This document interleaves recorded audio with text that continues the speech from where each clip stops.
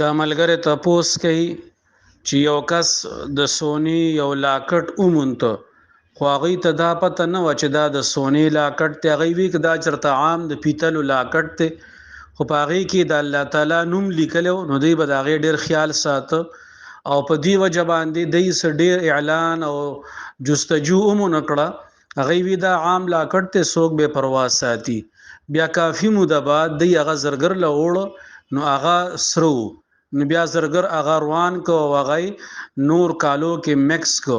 نو اوس د دې څه حکم دی؟ نو جواب دا دی چې دا کم لاکټ دی مونته نو دا لقطه ده، او د لقطې شرعي حکم دا دی که چېرې هغه قیمتي څیز وي نو هغه به ځان سره امانت تږدي او تر 1 کاله پورې به ویناګانې هم کوي او انتظار به هم کوي. نو که په دې دوران کې مالک راغی ورکړه نو صحیح ده، او که مالک رانغی نو بیا به هغه مندون کې سړی که د زکات مستحق وي نو هغه به ځان لوم استعمالول شي، او که د زکات مستحق نه وي نو مستحق زکات لدی د اصل مالک د طرف نه صدقه ورکی. دا خو د لقطې حکم دی. خو دلته کې هغه اول خو اعلان وغیرہ نه ده کړي، خلق ته وینا نه ده کړي.